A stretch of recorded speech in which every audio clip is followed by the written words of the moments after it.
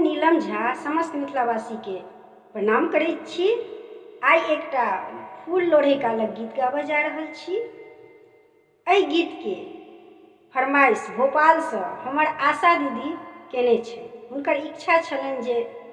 ई गीत हम गाबी, तो सुनू ई फूल लोढ़े कालक गीत। नारे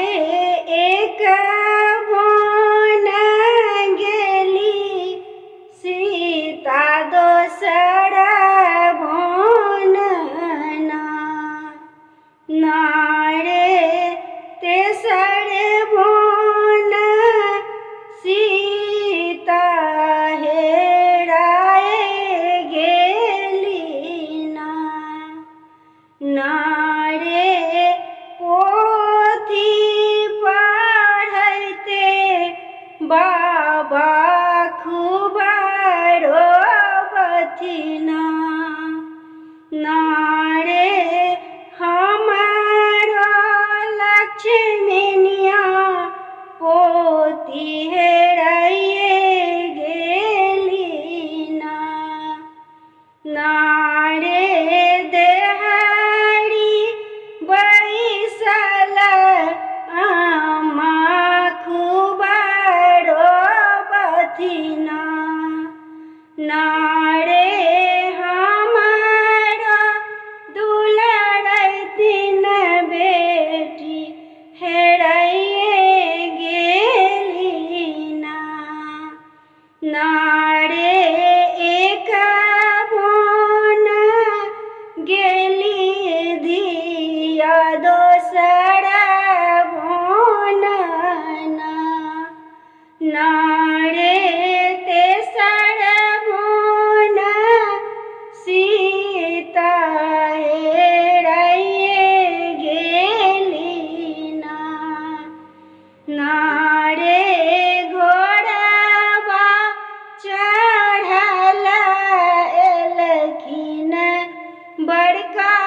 भैया ना, नारे एक बन तकलहुँ दोसर बन ना,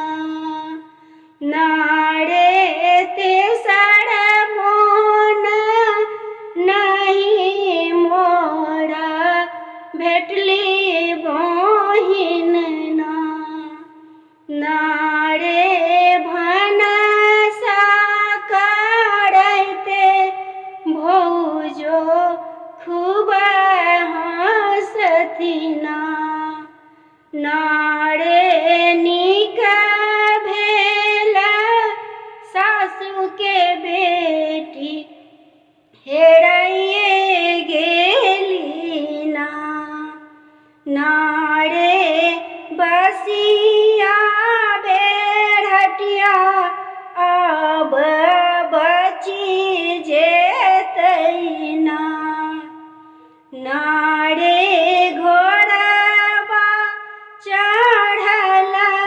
एलखिन श्री राम दुल्हा ना, नारे एक बन तकल दोसर बन ना, नारे तेसर बन सीता धिया भेटी गेली ना, नारे तेसर बन धिया सिया भेटी गेल ना, नारे सीता के पूजती देख मन हरकित भी